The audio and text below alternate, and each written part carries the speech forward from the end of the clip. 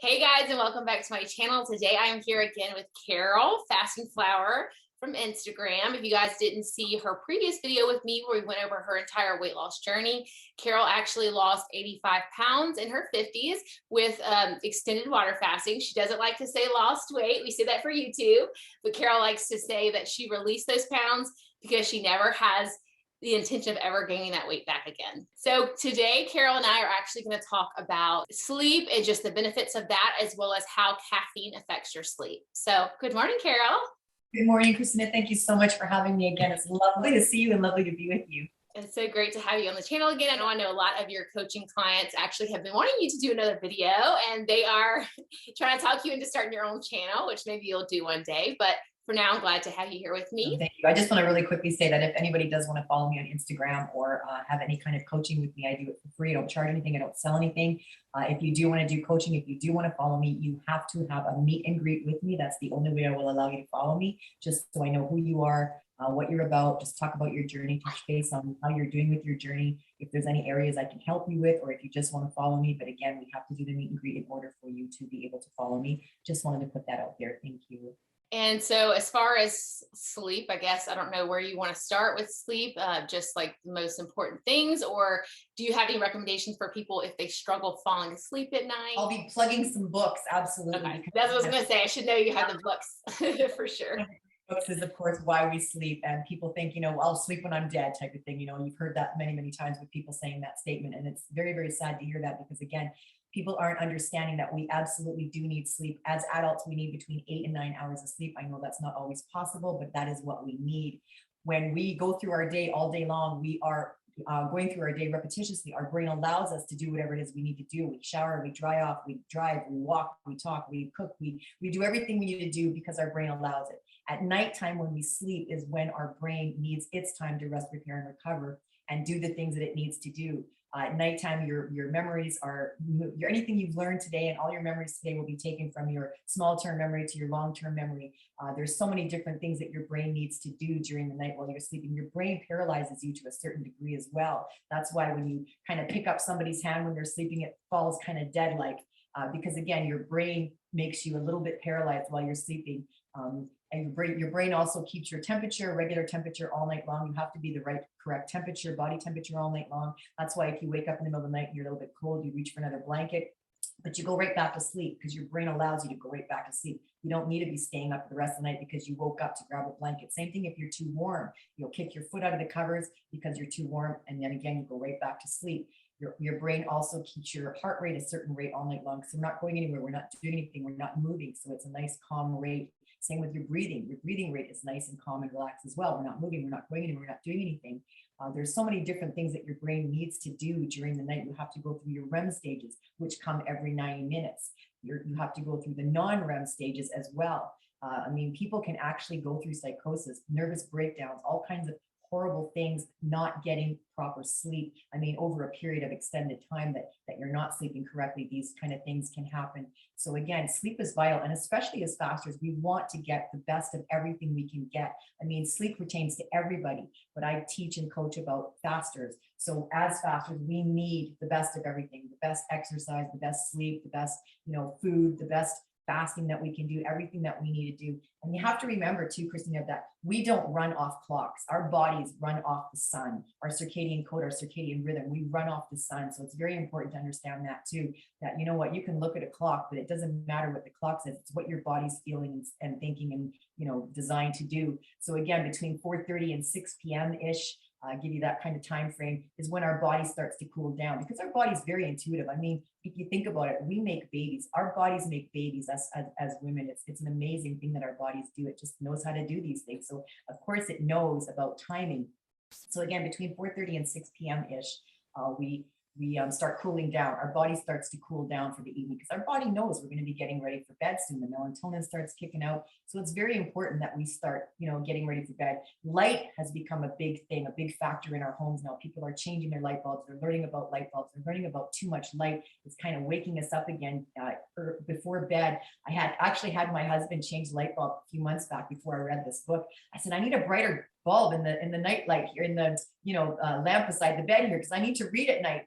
And then when I started reading and they're like, no, no, don't put me in those bright lights. They're just going to wake you up. And, a couple of years ago, we would go to Walmart or to the grocery store at like 7 or 8 o'clock at night. And I would always come home and I'd be wide awake and I couldn't sleep and I couldn't understand why. And it was because those lights do something to us. They kind of wake us up again, whereas we're supposed to be calming down, not shutting down, calming down for the night, relaxing, easing into the evening so that we can go to bed. And we're in bright lights like that, and that affects us. Again, changes kind of the timing of, what your body's trying to do. So we got to be careful of that too. But yeah, sleep is absolutely important. 8 to 9 hours a night for adults. And again, I know it's not always possible, but we need to really try. We need to get into new habits of turning things off, 9:30 at night, so that we can rest for a little bit before we actually do go into our sleep, because it helps, listening to meditative music, listening to maybe some spa music, just being quiet, just, quietly decompressing our brain. So that's a really big thing. Yeah, I think that makes a lot of sense too when you think of like just fasting in general, where people are like, oh, I always get hungry at like 12 o'clock or 3 o'clock, or I always get hungry at 2 a.m. or something random. It's like, why is that? It's because those are the times you were eating, and it's habits. So I think the sleep ties in nicely with that as well. If you're staying up watching the bright lights of the TV, or you have your phone in your bed, and of course you're not going to fall asleep with that light. Now, I don't know if you've seen that a lot of these companies are coming out with these different colored bulbs for night lights, or like alarm clocks where they're like gold color. They change from like orange to blue or whatever, and you can put your phone on like night mode where the light dims and stuff. So I think there's a lot of research going on right now with how the light does affect people. You want to make your environment conducive to sleep and restfulness. Absolutely. The one quote that I've been sharing with a lot of my ladies that I'm coaching is, actions become habits and habits determine our lives. So that's really important. Again, actions become habits and habits determine our lives. So again, getting in those better habits of shutting things down a little bit earlier so that you're able to relax before you go to sleep, and then there's people who are saying that they have insomnia or they're having a hard time getting to sleep. And then that brings me to our next little part of the sleep topic, is the caffeine. I mean, everybody thinks caffeine is wonderful. It's great. It gives them energy, and it doesn't. It actually stimulates your nervous system. It stimulates your heart. It stimulates your brain, and anything medical. I mean, caffeine is a drug. We have to absolutely know that. Everybody knows that, but nobody wants to say that word out loud. It's a dirty word. It's a bad word, but caffeine, drug. So we don't want that drug in us. We're being told and guided by doctors and all these health experts to come into fasting to get healthy, to detox. Why are you going to detox your body, go through this amazing fasting process, and then retoxify right after your fast, or even during your fast? Oh, it's okay to have a little bit of coffee and some tea, and don't worry about that. And maybe even decaf coffee, decaf tea. Decaf coffee and decaf tea also has caffeine in it. You cannot take all the caffeine. And I'm not even talking just coffee or tea. I'm talking chocolate bars, hot chocolate, anything with caffeine in it. So again, this is not something we want to put in our bodies as fasters, because we are trying to detoxify. So how does it make sense to detoxify, do this graceful, beautiful gift of fasting for and to our bodies, and then again, retoxify with caffeine? This is not a healthy thing. This is not a smart thing. Again, caffeine does not give you energy. It stimulates you. And any drug that stimulates you is not a good thing. It's not a healthy thing. I tell my ladies, I want you to be stimulated holding your husband's hand. I want you to be stimulated listening to beautiful music. I want you to be stimulated watching the sunrise or the sunset. Stimulate yourself with a beautiful walk. Stimulate yourself with a wonderful shower. I mean, there's so many. Stimulate yourself with life. There's no reason for this, because again, this is a very, very unhealthy thing. Caffeine can does cause our hormones to unbalance. And as you know, during fasting, that is the time that we're letting weight go, is when our hormones are balanced. So again, caffeine is unbalancing our hormones. It is not a good thing for our nervous system. When we go into a fast, we're stressing our body. That's just a given, good, bad, indifferent, whatever. We're stressing our body. So when we put caffeine in, we are unbelievably stressing our nervous system, our heart, our brain. This is not a good thing for where we want to be as fasters. Yeah, and I think a lot of the big names out there in fasting like recommend you can still have black coffee, mainly just to get people into the lifestyle. So I think for me, the first a little over a year and a half, almost 2 years of me fasting, I was having the black coffee. because I don't know that I would have stuck to the fasting in the beginning if I also had to give up coffee. But I think it's good for people to note that you should be letting these things go. Even if you can't do it right away, you should be letting them go over time. You don't have to necessarily give up everything all at once, but just have these goals in mind of knowing. And for me, the way that I've started to make my diet and everything while I'm eating healthier is that I listen to my body more, because I'm cleaning everything out while I'm fasting. Whenever I am eating and stuff, I'll have something that I normally would have had been fine. And my body's like, oh, I felt terrible after. And so I know, oh, I can't have that anymore. And so I've gradually started to get healthier. And then with the caffeine, it's mainly just a matter of, not that I won't still have caffeine from time to time when I'm in my eating window, but when I'm fasting, 100% gone now. So that's like the next step, right? You don't have to start here and go all the way over here. You can have little steps as long as you're progressing, you know? So I always want to make that clear to people, because I think sometimes people are like, oh, too hardcore, and then they stop and they don't want to do anything. I got to cut out everything I love.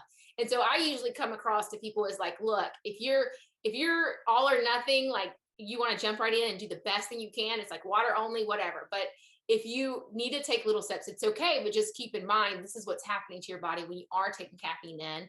And I started to actually feel sick during my fast. It never affected me for the first like year and a half.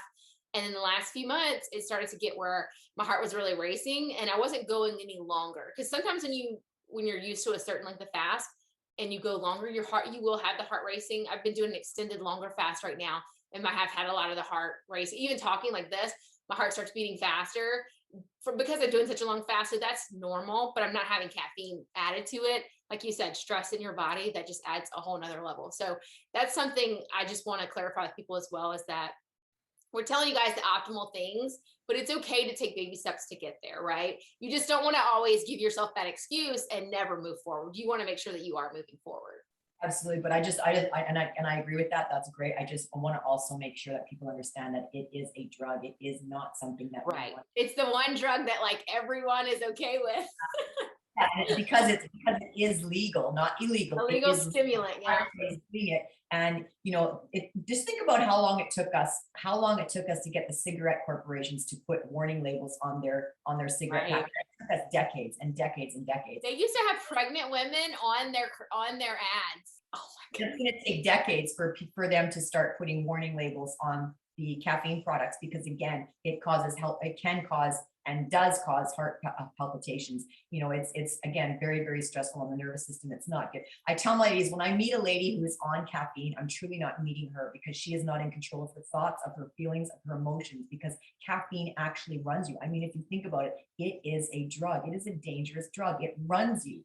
It makes you anxious. It makes you depressed. It makes you sad. It makes you a little bit more hungry. It robs you of sleep. It makes you don't get to be in control of your thoughts and your feelings. You get angry, you get hostile, you get more tired, you get, again, anxious, depressed, frustrated. I mean, you don't get happy. It always makes you want more. Well, I finally stopped thinking about it every day after I hadn't had it for like a month or something.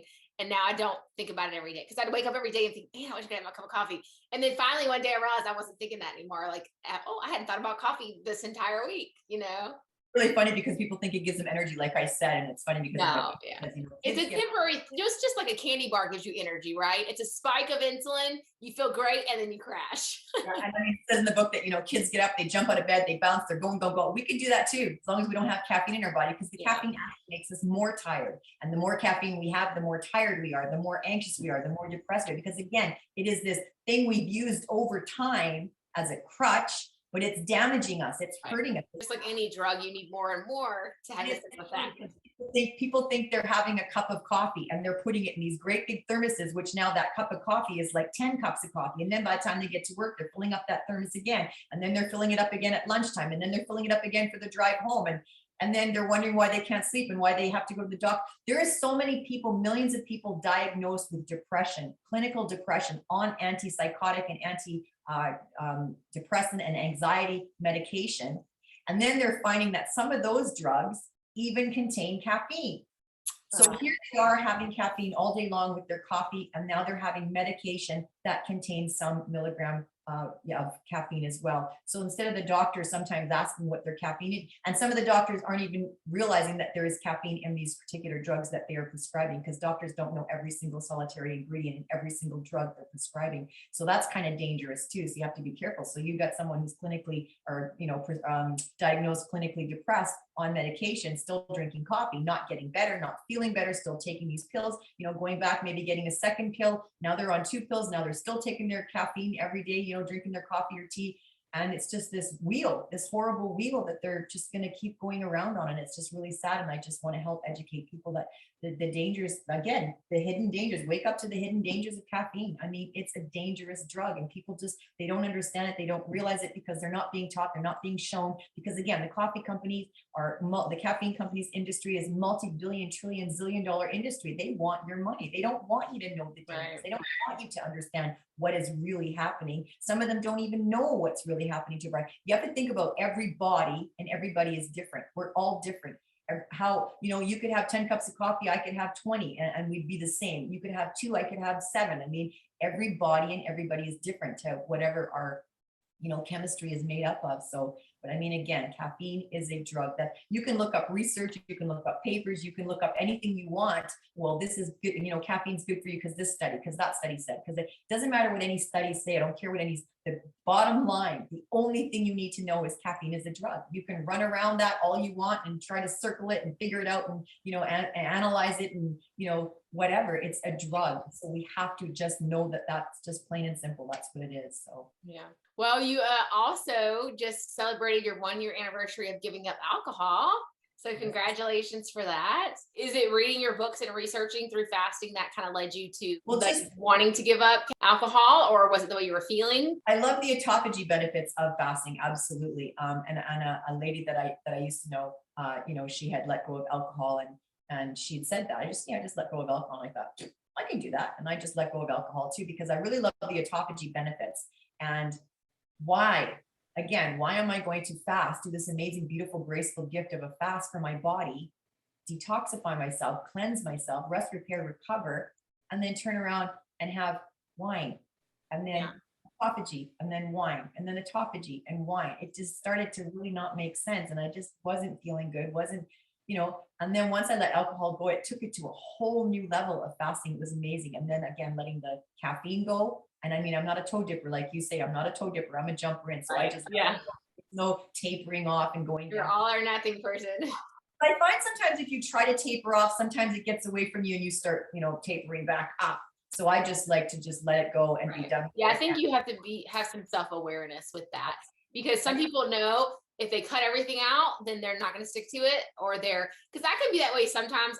With fasting, I jumped in all or nothing, but I had always heard you have black coffee. It never really occurred to me to cut the coffee out right away. But as I started doing research, I realized, there's a lot of people's like, that's not really water fasting, if you're having your coffee, right? I like to use my 4 Ds that I just kind of pulled out of the air, was devotion, dedication, determination, and discipline. And I just live by that now, like absolutely. And it's funny because when I let go of the caffeine, I kind of forgot about the chocolate part. So when I let go of the caffeine, it was, I don't know, 2 weeks after or something. And I said to my husband, hey, can you make us some homemade brownies? And he goes, no. I said, what do you mean no? He says, that's caffeine. I'm like, oh yeah, the chocolate's caffeine. And then you taught me too that the cocoa was the highest in caffeine. So there's no hot chocolate, there's no cocoa, there's no nothing. And then for 1 second, I was like, no. And I thought, no, that's fine. I know there's other things out there, nicer caffeine other than chocolate. So there's other desserts that I'm going to find that I'm going to love, that he's, my husband's going to be able to make or whatever, so it doesn't matter. So once I realized that was like a split second, because I was like, oh no, it's fine, it's good. I was like almost at that panic stage. Chocolate, no, because women love chocolate. Well, we love chocolate because that's kind of in bed. Because it was always like, boyfriends would always bring you chocolates and flowers. Yeah. So chocolate has really gotten into our head and into our, thoughts and it, but once you realize caffeine, get it out. And then you can find something else much nicer, much healthier, much better. So. Yeah, I didn't know that either until I had looked it up one day, because my kids, like, if I give them occasionally around the holidays, usually it's the only time, is like some hot chocolate. And I make it myself, so there's not a ton of sugar. And I'm like, why are they still bouncing off the walls after they have hot chocolate? And I was just looking it up for my own self for other things. And I'm like, okay, what has the most caffeine? I'm like, what? There's caffeine in there. Like, it just doesn't, I mean, I knew there was caffeine in chocolate, but it didn't quite click that, like, I was thinking like, oh, there's caffeine in chocolate bars. It didn't click the hot, cocoa thing. Because when you're making it yourself, you feel like you have more control over everything. You're like, oh, wait, okay. So it's not the sugar necessarily that's making them bounce off the walls. They've never had caffeine ever in their lives. And then they have hot chocolate. Getting back to the sleep thing too, because I mean, the caffeine absolutely robs you of sleep because again, you're being stimulated, your brain is being stimulated, your nervous system is being stimulated. So when you're trying to sleep and your brain's trying to do its jobs, because again, it has specific jobs to do, but now you've stimulated, or you could just on a consistent basis. My husband drank coffee since he was 16 years old and he just stopped. He finally just stopped. He's been listening to me teach my ladies and talk to my ladies about it. He's been listening to what I've been telling him about my book, and just everything I talk about, everything I say, everything is just common sense. It's just easy. You don't have to go look up studies and look up research and do, all kinds of things. Like, it just makes sense. If you sit down and you think about what caffeine actually does to your brain, what it does to your nervous system, what it does to your heart, you think, wow, you know what? That is pretty dangerous. Because again, as I'm saying, sorry, when we're sleeping, our brain has certain specific jobs it needs to do. But with caffeine in it, it doesn't get to do all those jobs as it needs to do it, because it has this caffeine in kind of running things. Because again, caffeine is a drug. Any drug you put in you, codeine, heroin, cocaine, anything like that. Yes, caffeine is not as bad as that, but it is bad. It is dangerous. It is detrimental to our health. And again, as fasters, we want the best of everything. We want to do everything better, bigger, stronger, because we're doing this amazing gift to and for our body of fasting. It's a stressful thing, but it's a beautiful thing. So we have to our body will look after us, but we must look after our body. We have to respect our body. Absolutely. You have to be ready too. I think going back to the jumping in or little baby steps, if you're ready, a lot of times you can jump in. If you're not quite ready, you're not quite sure, you're doing it for someone else or because someone else told you need to. It's like sometimes the baby steps are just like, okay, let me try and see if I feel better, and then some people will start to feel better and they're like, okay, I'm just ready to jump all in. Really funny, because when I teach my ladies this and it makes sense to them and they're like, oh my gosh, I never even thought about that. I never realized that, because again, we're not being taught that. We're not being shown that, because again, this is hidden. Again, the hidden dangers, because the caffeine industry wants your money. So when I teach my ladies this and I talk about this and I tell them this, they sit back and they think, oh man, I do want the best for myself. I tell them, you have to choose. What do you choose? Do you choose you? Do you choose your health? Do you choose your body? What do you choose? And they all want to choose their health. So probably 90% of my ladies, they just go right off. That's it. Okay, you know what, Carol, I'm done. And they come back a week later, because we have 15-minute meetings, and they come back a week later and they're like, I don't even know why I was drinking it, Carol. I didn't even realize I didn't need it. I didn't even want it. Again, actions become habits. Habits determine our lives. So most of them realize, you know what, Carol, it was just a habit. It was an absolute habit for me. And then again, you have to think about anything you have to go through withdrawal off, anything you become addicted to. Again, drug.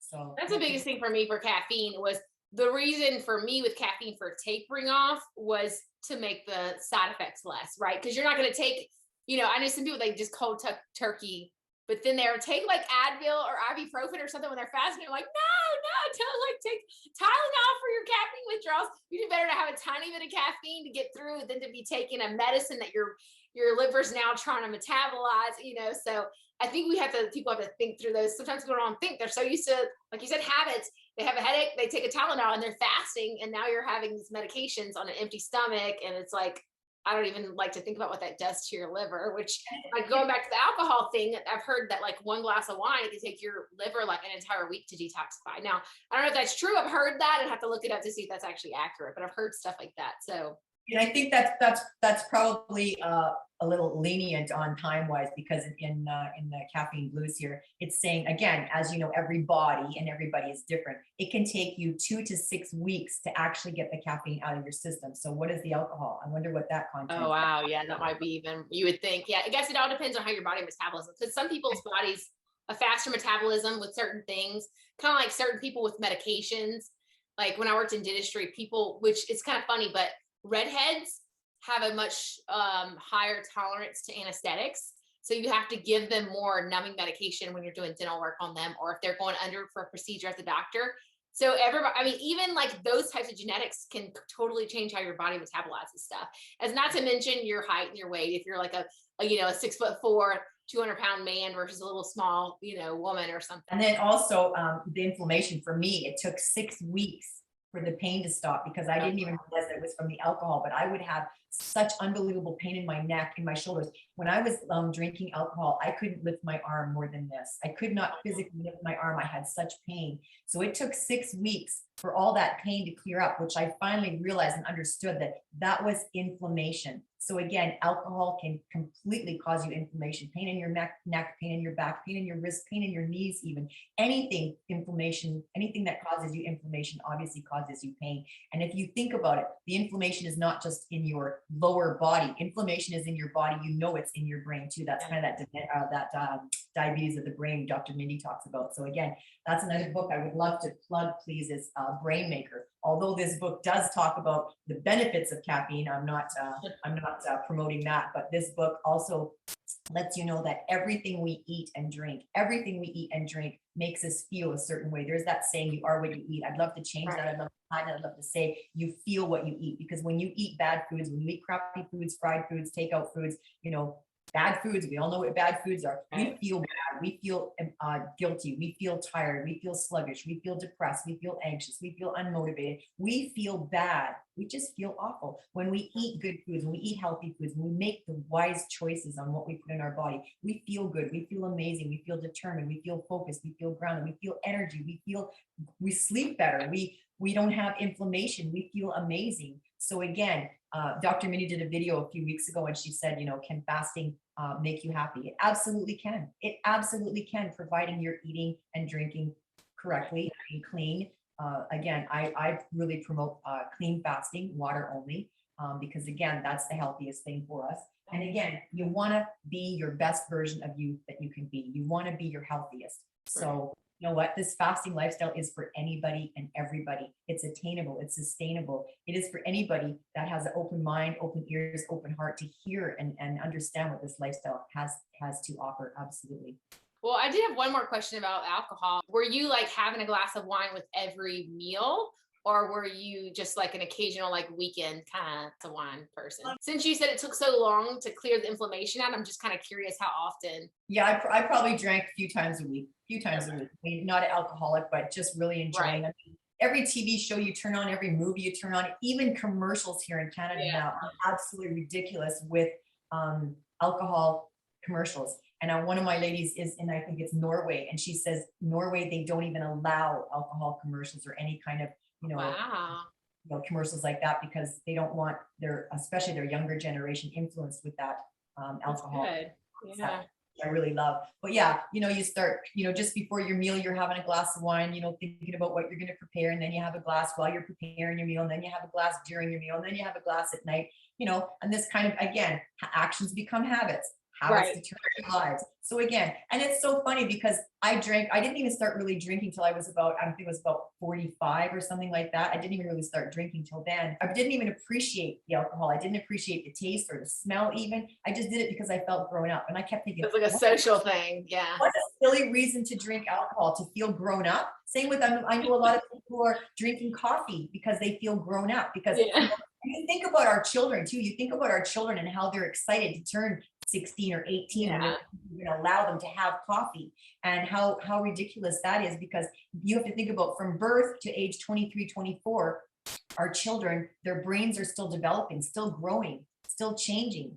And when they put caffeine in, now everything is going to be really off whack, off balance, off kilter, because this caffeine is influencing the brain. And then I just recently found out a few weeks back too that the caffeine companies have now teamed up with some water companies, and they are putting caffeine in plain water.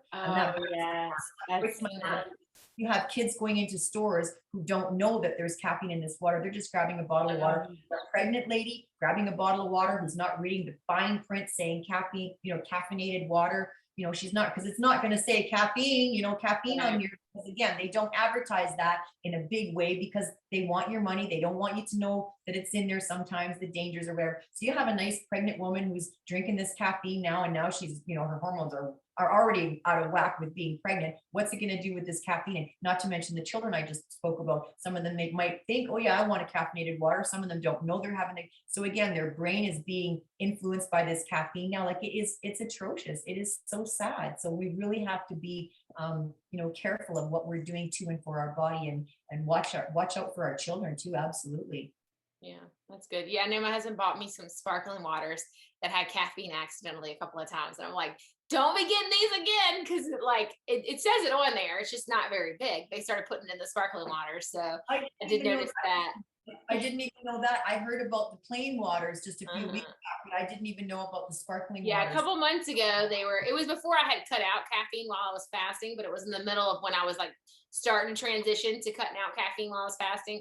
And I was like, look at this, don't buy these again. But they actually gave it the one particular brand called like Bounce. They give it a different name. So once you know, it's easy to spot. But the caffeine, the label's this big and it'll say caffeine right there. So it's listed, but you just looks like, oh, it's a new flavor or whatever, and just grab it. Another thing I tell my ladies too, you'll never ever see any caffeine commercials. You'll never see any doctors come on commercials saying, please, please drink caffeine. It's great for your nervous system. It's great for your brain. It's wonderful for your heart and it's good for Yeah. your liver. Please drink caffeine. You'll never hear that because it's Right. not true. Again, drug. Well, is there anything else that you want to go over before we wrap it up? Caffeine constricts our blood vessels. So we're not even getting good Oh. blood flow to our brain. We're not getting good blood flow to our heart. We're not getting good blood flow to our nervous system or any other organs that we need because, again, the caffeine restricts the blood vessels. So some of my ladies will ask me, well, what am I supposed to drink then? What can I drink then during the fast? I tell them, absolutely, please, please, please drink hot water. Look up the benefits on the internet about drinking hot water. It's amazing, the benefits. It actually opens up your blood vessels and lets blood flow freer. Wonderful. Opens up your sinus passages. I mean, think about standing in the nice, beautiful hot shower and you don't want to leave because it just feels so good. All that steam, all that heat. Think about putting that steam and heat in your body with hot water. How amazing you're going to feel. The benefits are just wonderful. Absolutely wonderful. Yeah, I have to give it a few more tries because I have a hard time drinking the hot water. I think it's partly too, though, my mouth is always kind of like weird when I'm fasting, which it just depends on how long I'm going. It's not always that way. So drinking the hot water, I don't know. I feel like I taste all the ketosis stuff on my tongue. So like I have to brush my teeth first and then try it again. And then also, if you want to have the hot water in your feasting window, you can put a tiny bit of honey. You can put a little bit of lemon in if you want, or some honey and some cinnamon. Yeah, I've done that when I'm actually in my eating window. I like that for like a sore throat, or if you just feel like you have a little sinus, something going on. That I've done that. A little lemon and honey, works good. But just the plain hot water, I'm like, I have to get used to that because I know it's good health benefits to it. But I tried it a few times and I was like, oh, it's a little different. I don't know. It might just be like a hang up, mental hang up kind of. But well, thank you so much for being on here with us today. It was great to have another call with you. Thank you so much, Christina. I just love being with you. We have to do this more often when you have some time. I know you're busy. You have your 2 children, your wonderful husband, your house to run. You're doing your schooling now. But yeah, we have to do this more often. This is wonderful. Love Definitely. So you guys make sure you go and check out Carol's Instagram. I'll have everything that we talked about in the description below, and I'll have her Instagram here on the screen. So if you guys are interested in a free coaching, like she said, she'll just want to do a Zoom call like this with you just to meet and greet you before you even follow her on Instagram. And then you can just follow her for inspiration once you guys talk and chat, or if you actually want to coach, you can do that as well. And like she said, she doesn't charge. She's just doing it out of the kindness of her heart. So she's been helping a lot of people on this fasting journey, and we're just excited to see where else it all takes you. If you don't mind, I would like to say that what I get out of the free coaching is when my ladies do want to do coaching, then I actually feel blessed and honored to be part of their journey because I get to then watch them grow. I get to watch them be happier. I get to watch them be healthier. I get to watch them find out who they truly are, find their inner strength. And it's just wonderful to watch that and see that and grow with them and share with them. And it's just a beautiful thing for me. Thank you.